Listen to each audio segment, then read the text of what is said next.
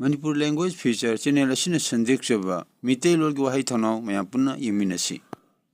Han mamakta iramdam sana leba kanglepa Manipur sigi manung amsuma panda laikraba Meeteilol Meetei mek punung sijaba khudima ngakam Prameshwarna ikai khumna usari channel asigi mami Manipur languages feature saina kaujai ngasi nenegadaba asi Meeteilol gi Waaheithangnau gi matangdani habdi Meeteilol to English dictionary gi matangdani machine negadaba asi page number 58 ni mathang hajarake Meeteilol Waaheithangnau 217 suba wahaida haibadi chaniga trataret suba wahaida kyam likphang mingta noun li makal ama a kind of necklace ngakta siba laitengi li makal ama English harga a kind of ornament used in neck mathangda chaniga trani pan suba wahaida kyam lay mingta noun mana kupa tingkhang panba u makal ama English harga a thorny tree having small leaves makatabamu hajaraki part 2 da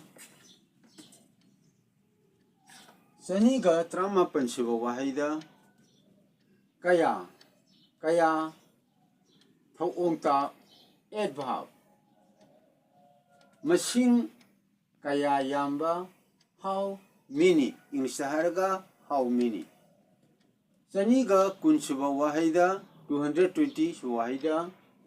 kaya yamba thongta adverb masing kaya how much saniga kumatho subda 221 subda kaya thongta adverb yamna yamba English harga many more makhataba mu hajaraki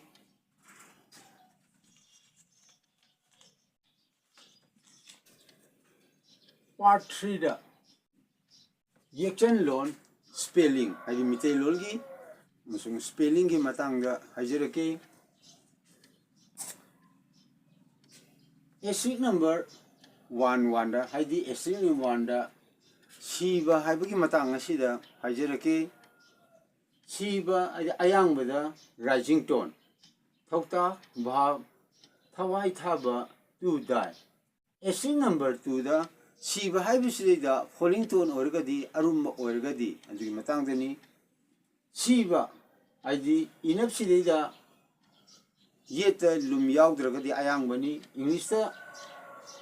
Meetei beksida inapsidida yeta lum yaurgadi mase arumbani arumba falling tone thokta bha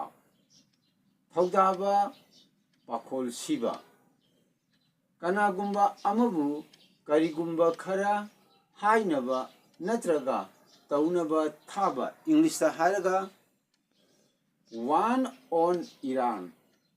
something to be told or done by one expressly said maramasina Meeteilol da ayangba amasung arumba oina khaidokraga wahai singase tungan ba wan thoklai maramaduna lum hapa habisima yamna darkar oi maramdi saitab sideida habdi secondary symbol sideida yetelum hakragana tunganba